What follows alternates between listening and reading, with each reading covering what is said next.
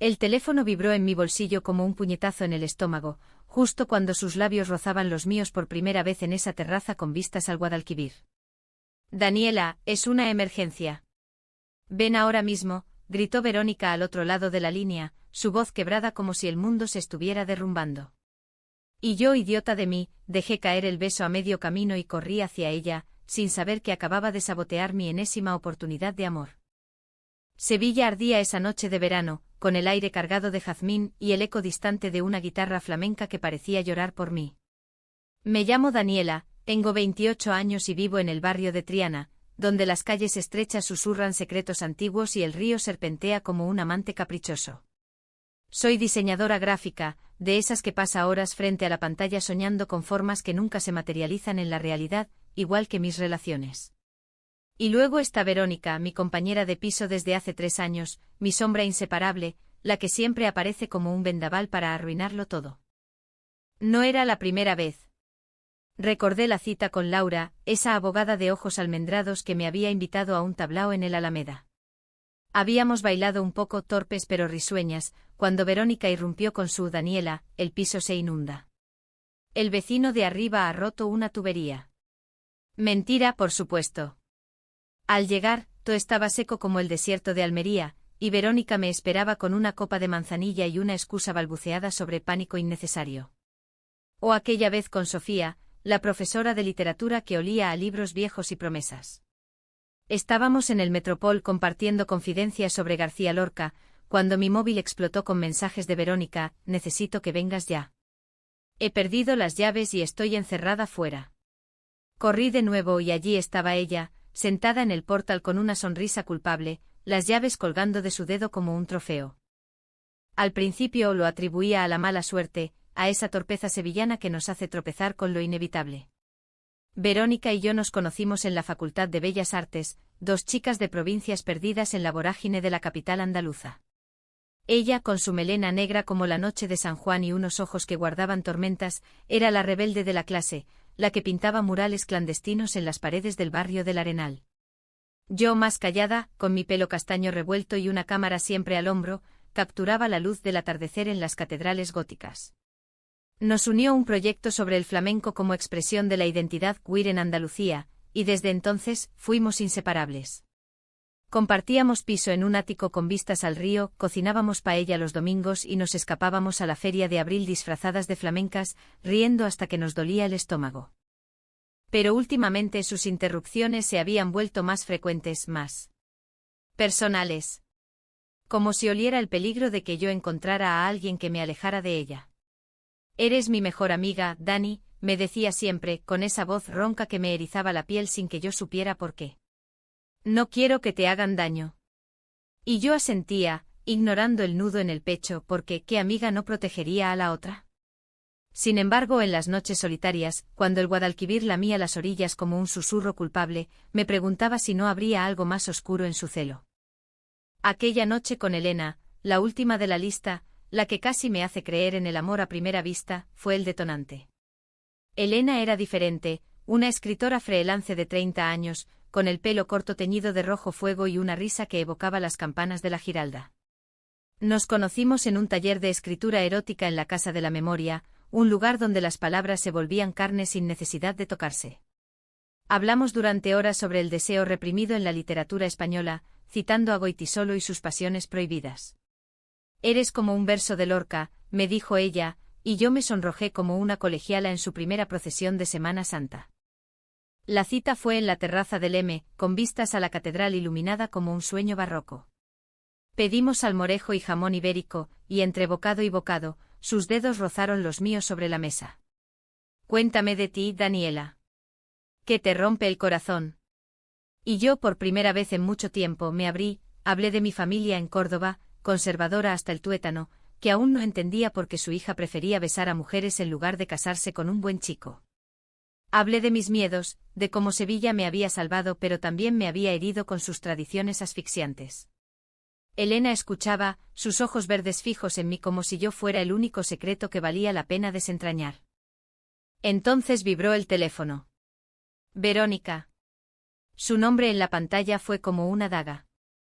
Contesté y su voz irrumpió como un grito en la feria. Dani, por Dios, ven. Estoy en el hospital. He tenido un accidente. El pánico me invadió como el levante en agosto. Elena me miró con comprensión, pero yo ya estaba de pie, balbuceando excusas. Lo siento, es mi hermana. Mentira piadosa. Corrí por las calles empedradas del casco antiguo, el corazón latiéndome en los oídos, esquivando turistas borrachos y vendedores de castañas. Llegué al Hospital Virgen del Rocío jadeando, y allí estaba Verónica, sentada en la sala de espera con un rasguño en la rodilla y una expresión de triunfo disfrazado de dolor. ¿Qué coño ha pasado?, exigí, la rabia burbujeando como vino en una bota. Ella se encogió de hombros, bajando la mirada. Me caí de la bici en el puente de Triana. Nada grave, pero... Te necesitaba. Su mano tembló al tocar la mía, y por un instante vi algo en sus ojos, no gratitud, sino posesión. Regresamos a casa en silencio, el taxi serpenteando por las avenidas iluminadas por farolas que proyectaban sombras largas como culpas. En el ático me derrumbé en el sofá, el vestido aún oliendo a la noche interrumpida. Verónica, ¿por qué siempre haces esto? ¿Por qué no puedes dejarme ser feliz por una puta vez? Ella se quedó paralizada en la puerta de la cocina, una copa de tinto en la mano. ¿Por qué? Porque no lo mereces. Ellas no te entienden como yo. Su voz se quebró y por primera vez vi las grietas en su armadura, la Verónica que pintaba murales de mujeres abrazadas en las sombras, la que lloraba en secreto por una madre que la había echado de casa por ser una vergüenza. Pero en ese momento solo vi traición. Vete a la mierda, grité y me encerré en mi habitación, el eco de mis palabras rebotando en las paredes como un lamento flamenco. Los días siguientes fueron un purgatorio sevillano, procesiones de silencio donde las vírgenes de mantilla parecían juzgarme. Evité a Verónica cocinando en horarios opuestos, saliendo a correr por el parque de María Luisa al amanecer para no cruzarme con sus ojos suplicantes. Elena me escribió un mensaje amable, espero que todo esté bien. Si quieres, repetimos cuando estés lista. Lo leí y borré, el corazón pesado como una saeta en Semana Santa. ¿Por qué seguía fallando? ¿Era yo la común denominador en estos desastres románticos? Una tarde, mientras revisaba mi portfolio en el café de la Plaza del Salvador, vi a Verónica desde la ventana. Estaba allí con su caballete improvisado, pintando un retrato de dos mujeres besándose bajo la lluvia en la fuente. La escena me heló, una era yo inconfundible con mi pelo ondulado y esa peca en la clavícula que solo ella conocía. La otra era ella misma, idealizada, con una expresión de anhelo que me robó el aliento. ¿Era eso? ¿Amor no correspondido disfrazado de amistad? El descubrimiento me dejó temblando, el café olvidado enfriándose en la mesa. Corrí hacia ella, el sol de mediodía quemándome la piel como un reproche. Verónica, ¿qué es esto? Ella levantó la vista, el pincel goteando pintura roja como sangre no derramada. Dani. No es lo que piensas. Pero lo era. Y en ese instante el mundo se inclinó como el Guadalquivir en una riada, arrastrándome hacia un abismo de verdades enterradas. La confrontación en la Plaza del Salvador fue como el primer trueno de una tormenta andaluza, repentina, furiosa y cargada de electricidad que nos dejó a ambas chamuscadas. Verónica dejó caer el pincel, la pintura salpicando el empedrado como lágrimas rojas, y sus ojos se llenaron de un pánico que no había visto desde que su madre la desterró de su casa en Cádiz por elegir el pecado. Dani, por favor, escúchame, suplicó su voz un hilo frágil entre el bullicio de los turistas y el tañido de las campanas. Yo, con el corazón galopando como un caballo en la romería del Rocío, la agarré del brazo y la arrastré hacia un callejón estrecho, donde las paredes encaladas olían a historia y a jazmín marchito. ¿Desde cuándo?, exigí, mi voz un eco ronco en el espacio confinado. ¿Desde cuándo me amas así, Verónica? ¿Y por qué coño has estado saboteando cada maldita cita que tengo? Ella se soltó con gentileza, pero sus manos temblaban como hojas en el viento de levante. Se apoyó contra la pared, el rostro pálido bajo el sombrero de paja que usaba para pintar al aire libre, y por primera vez, vi la fragilidad detrás de su fachada de artista indomable. Tenía 28 años como yo, pero en ese momento parecía una niña perdida en las calles de la Macarena durante una procesión. No es tan simple, Dani, murmuró mirando al suelo donde las sombras de los geranios rojos en las rejas bailaban como fantasmas. Te quiero desde el primer día que te vi en la facultad, riéndote de mis chistes malos mientras pintábamos ese mural sobre las mujeres de Lorca. Pero... mi familia. Mi madre me dijo que el amor entre mujeres era una maldición de Dios, que me arrastraría al infierno como a las brujas de la Inquisición. Me echó de casa con 19 años y desde entonces he vivido con miedo. Miedo a amar, miedo a perder. Sus palabras cayeron como azulejos rotos, cada una revelando un secreto que había guardado bajo capas de pintura y sonrisas falsas. Yo me quedé muda, el alleyway cerrándose a mi alrededor como las murallas del Alcázar. Recordé las noches en que Verónica se despertaba gritando, sudando por pesadillas de su infancia en el sur, donde las misas eran obligatorias y el amor propio era un lujo prohibido. La había consolado entonces abrazándola en la oscuridad del ático pensando que era solo amistad. Cuántas veces había rozado su espalda, inhalando su olor a óleo y tabaco, sin darme cuenta de que era deseo lo que me erizaba la piel. Pero, ¿por qué sabotearme? ¿Por qué no me lo dijiste?, pregunté, la voz quebrándose como una copla flamenca. Porque egoístamente prefería tenerte cerca como amiga que perderte para siempre, confesó, las lágrimas surcando sus mejillas como ríos en la sierra. Cada vez que te veía con alguien, sentía que me arrancaban el alma. Elena, Sofía, Laura. Todas ellas te miraban como si fueras un milagro, y yo me odiaba por desear ser ellas.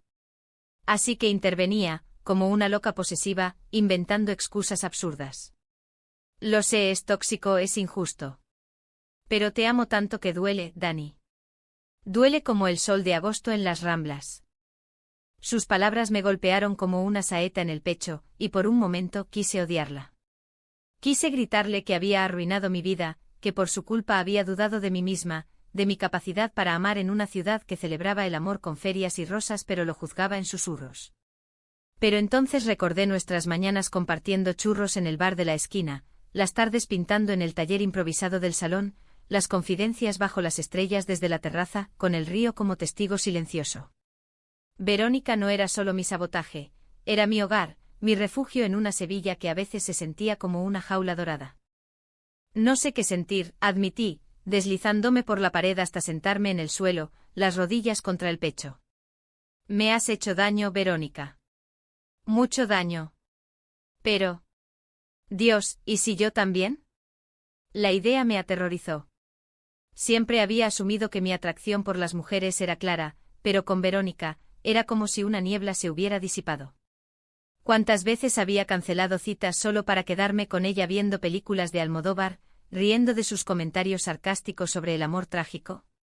¿Era protección mutua o algo más profundo enterrado bajo capas de negación? Ella se arrodilló frente a mí, su mano vacilante rozando la mía. No espero que me perdones ahora. Solo... no me dejes ir. Déjame demostrarte que puedo cambiar. Sus ojos oscuros como el interior de la catedral en una misa de difuntos, suplicaban clemencia. Y yo, dividida entre la furia y una ternura traicionera, asentí. Dame tiempo. Pero prométeme, no más mentiras. Regresamos al piso en silencio, el sol del mediodía convirtiendo las calles en un horno.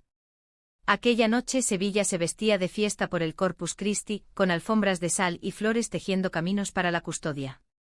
Verónica y yo nos unimos a la procesión desde la distancia, sentadas en un banco de la plaza de San Francisco, compartiendo un helado de turrón que se derretía en nuestras manos como secretos a medio decir. Hablamos poco, pero cada mirada era un puente frágil sobre el abismo. «¿Recuerda cuando bailamos en la feria, disfrazadas de gitanas?», susurró ella, y yo sonreí, el recuerdo calentándome el pecho como un fuego de San Juan. Sin embargo, la paz fue efímera. 2 días después, recibí un mensaje de Elena: «He oído rumores. ¿Tu hermana es en realidad tu novia celosa? Si es así, buena suerte». El chisme se había extendido como el fuego en un campo de olivos, gracias a una amiga común que nos vio en la plaza. La rabia volvió, pero esta vez dirigida hacia adentro.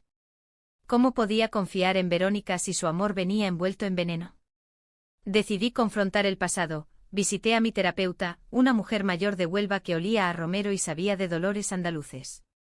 El amor no es posesión, Daniela, me dijo. Es libertad, incluso si duele soltar. Inspirada, organicé una cita real, sin interrupciones, con Marta, una fotógrafa de Málaga que conocí en un expo en el pabellón de Andalucía. Era vibrante con rizos salvajes y una cámara que capturaba almas. Fuimos al Alcázar, paseando por los jardines donde los naranjos susurraban promesas moriscas. Por primera vez, no miré el teléfono.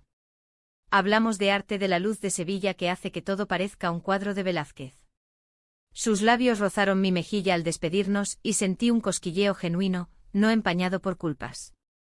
Pero al volver al piso, Verónica me esperaba con una maleta a medio hacer. Me voy unos días a Cádiz a ver a mi hermana. Necesito espacio para pensar. Su voz era un muro, pero sus ojos traicionaban el pánico. ¿Es por Marta?, preguntó, y yo negué con la cabeza. Es por nosotras. Por lo que no hemos dicho. Ella asintió y en ese abrazo de despedida, sentí su corazón latiendo contra el mío como un tambor de bulería. Te espero, Dani. Pase lo que pase. Sus días en Cádiz fueron una eternidad. Llené el vacío con trabajo, diseñando carteles para la Bienal de Flamenco, donde cada trazo era un lamento por lo no resuelto. Elena me escribió de nuevo, no con rencor, sino con empatía: el amor enredado es el más sevillano. Si necesitas hablar, aquí estoy. Respondí agradeciéndole y por primera vez, vi la posibilidad de amistad más allá del romance fallido. Verónica regresó una semana después, con el sol de otoño tiñendo las hojas del Parque de Dorado. Traía una caja de mariscos de la costa y una carta, escrita a mano en papel con aroma a sal. La leí en la terraza con el río testigo: Dani, en Cádiz, frente al mar que se come las penas, entendí que mi amor por ti no puede ser cárcel.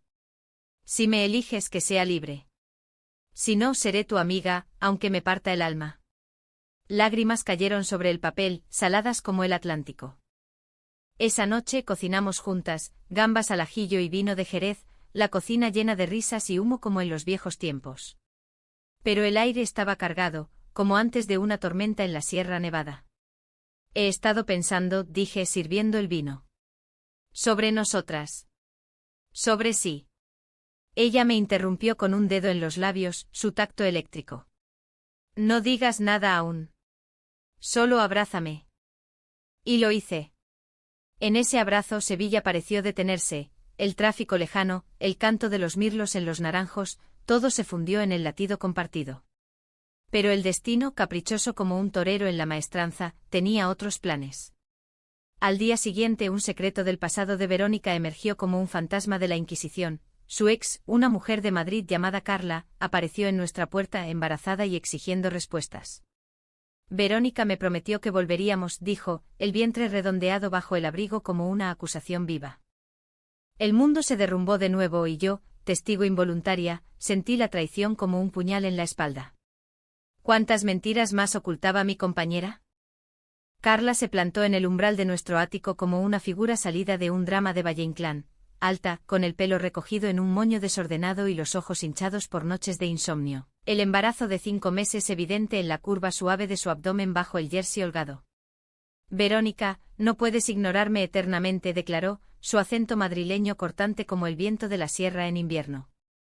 Yo, que acababa de volver de una reunión en el centro con un café para llevar a un humeante en la mano, me quedé paralizada en la escalera, el corazón martilleando como el repique de las campanas en la Macarena. Verónica, pálida como un sudario, salió de la cocina con un delantal manchado de harina. Estábamos preparando tortas de anís para la merienda, y murmuró: Carla, no es un buen momento. Pero, ¿qué momento lo era para un secreto como aquel? Carla irrumpió en el salón, ignorando mi presencia como si yo fuera un mueble más del mobiliario sevillano, y soltó la bomba: llevamos 6 meses intentándolo, Verónica. Tú y yo, reconciliándonos en secreto cada vez que venías a Madrid por trabajo. Y ahora, este niño. ¿Vas a negarlo? Sus palabras cayeron como granizo en la feria de abril, helando el aire cálido de octubre. Verónica se derrumbó en el sofá, las manos cubriéndose el rostro, y yo sentí el suelo abrirse bajo mis pies, como las grietas en la tierra reseca del Guadalquivir en sequía. ¿Qué coño está pasando aquí?, exigí, mi voz un trueno que rompió el silencio. Dejé el café en la mesa con un golpe seco, el líquido salpicando como lágrimas negras.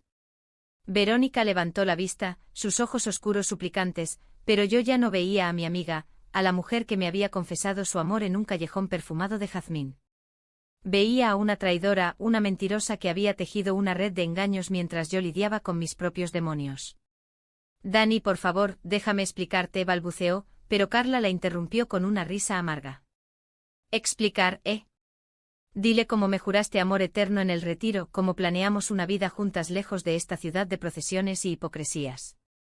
El salón se convirtió en un escenario de ópera trágica, Verónica en el centro, yo como la cornuda inadvertida, Carla como la furia encarnada. Recordé las escapadas laborales de Verónica a Madrid, esas semanas en que volvía exhausta, con ojeras que atribuía a noches en vela pintando para una galería. Era solo un rebote, susurró ella finalmente cuando Carla se calmó lo suficiente para sentarse, frotándose el vientre con gesto protector. Después de que mi madre me rechazara, Carla fue la primera que me hizo sentir vista. Pero la dejé hace meses, antes de que tú y yo. Se calló mirándome con una súplica que me revolvía el estómago. ¿Antes de qué?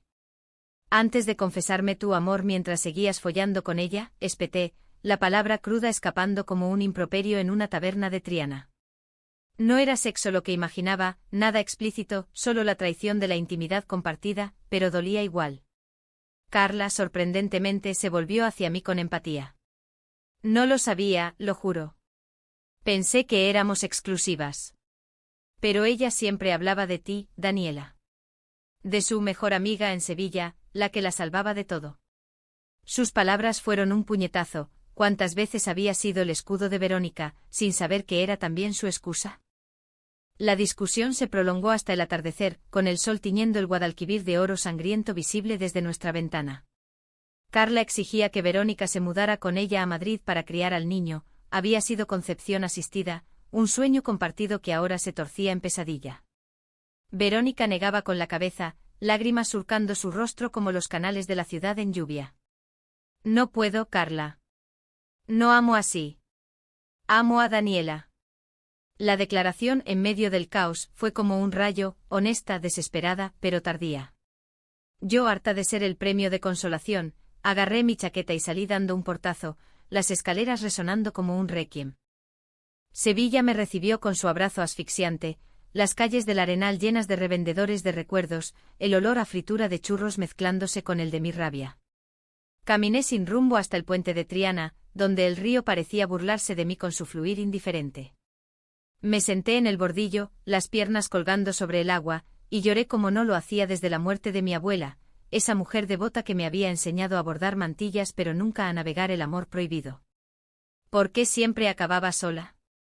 Era una maldición andaluza, esta de amar en las sombras de la tradición. Horas después mi teléfono vibró, un mensaje de Verónica. Carla se ha ido al hotel. Por favor, vuelve. No hay niño, Dani. Fue una mentira para obligarme a elegir. La revelación me dejó helada. ¿Otra mentira?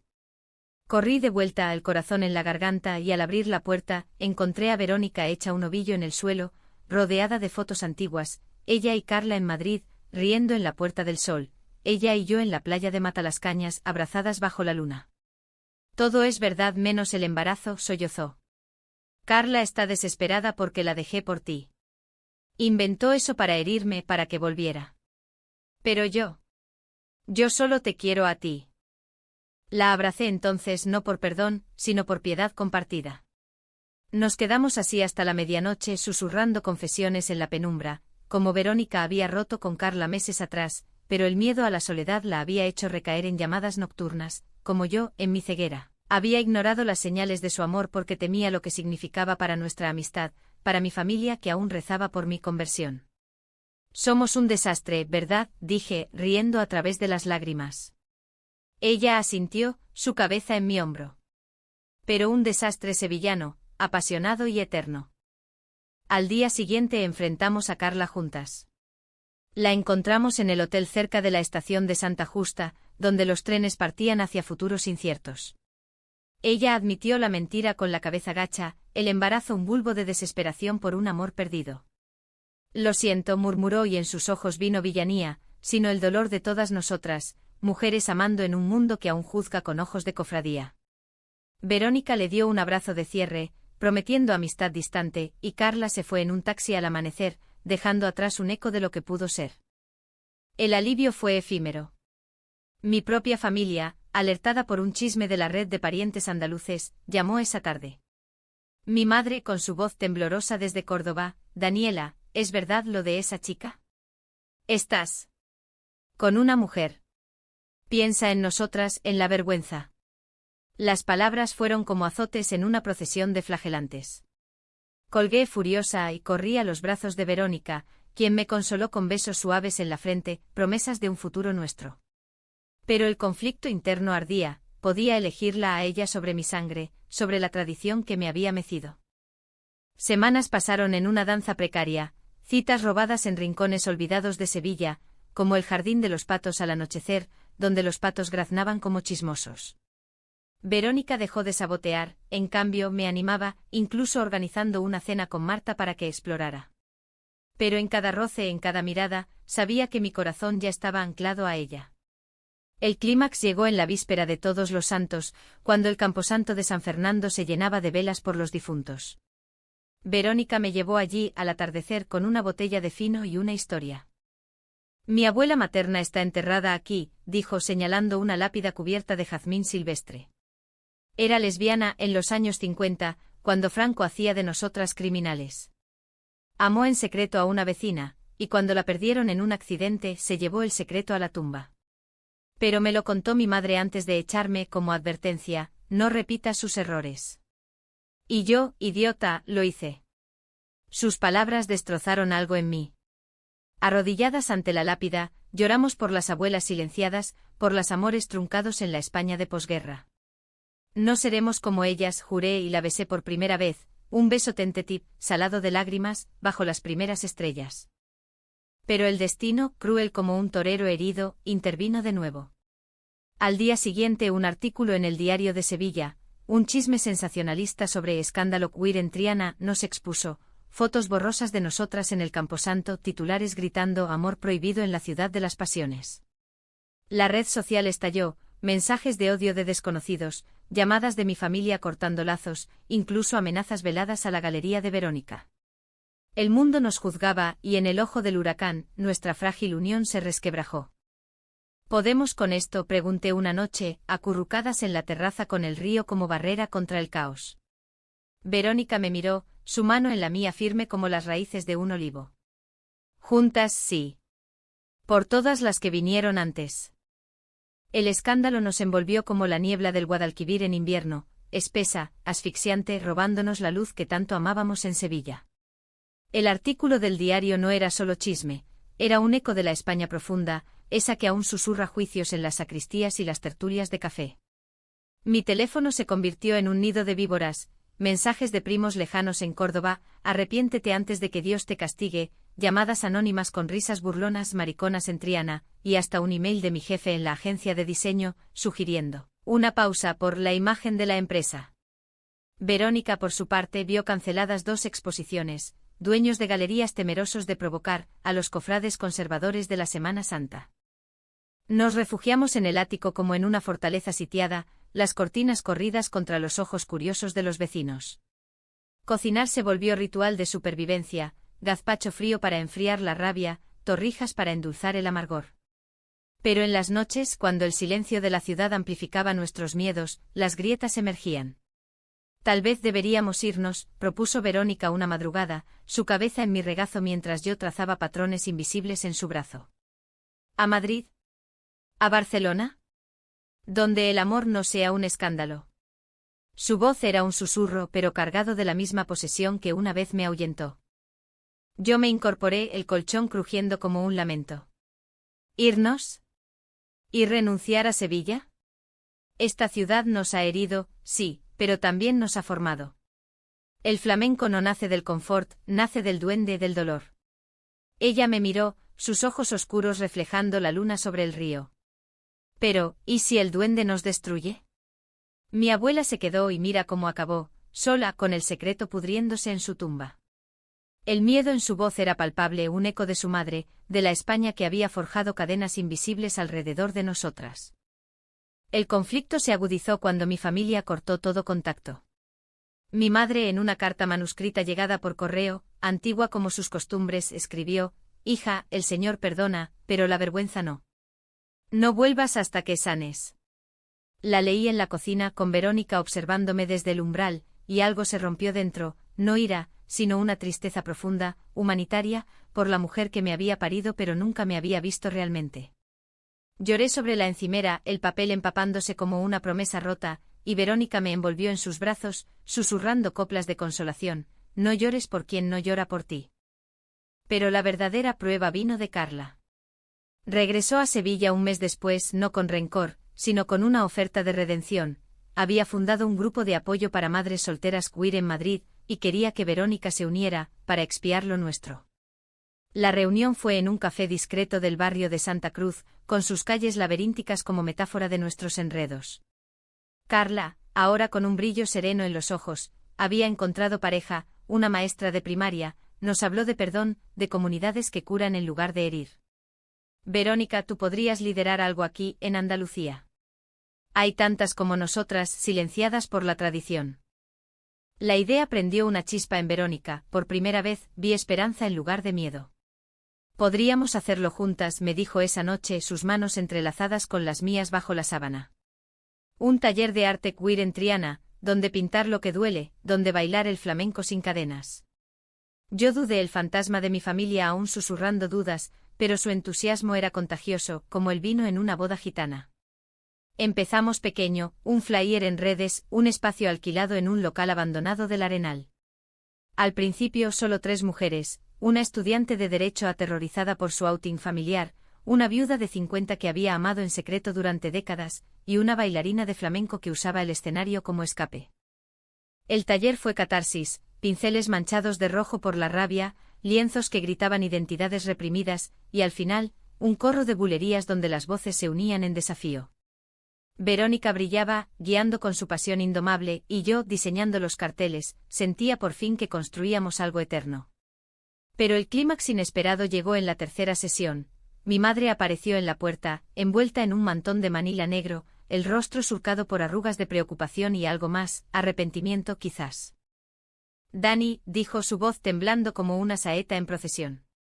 «Vine porque tu abuela me contó algo antes de morir. Ella también amó a una mujer, en los tiempos oscuros. Me hizo jurar que te protegería, no que te juzgaría». Las palabras fueron un bálsamo y una daga, revelación que humanizaba a mi familia, pero también exponía generaciones de silencio. Verónica a mi lado extendió la mano, y mi madre, tras un instante eterno, la tomó. Se quedó hasta el final, escuchando historias que rompían sus prejuicios como cristal en la maestranza. Ese encuentro fue el punto de inflexión. Mi madre no volvió a ser la devota rígida, empezó a visitarnos, trayendo dulces de Córdoba y preguntas tímidas sobre cómo se siente el amor así. El escándalo se diluyó en el tiempo sevillano, lento como el tapeo en una noche de verano, y nuestro taller creció, ahora 20 almas pintando murales en las paredes del barrio, desafiando la tradición con arte vivo.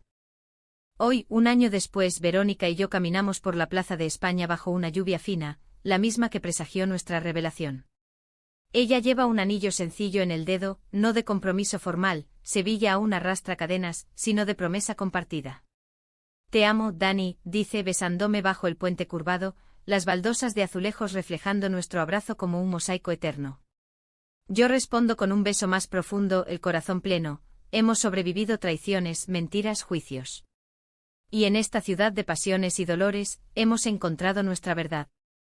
No es un final de cuento de hadas, es mejor, humano con cicatrices que cuentan historias. Sevilla nos ha herido pero también nos ha curado, recordándonos que el amor como el flamenco, nace del duende del fuego que quema y renace.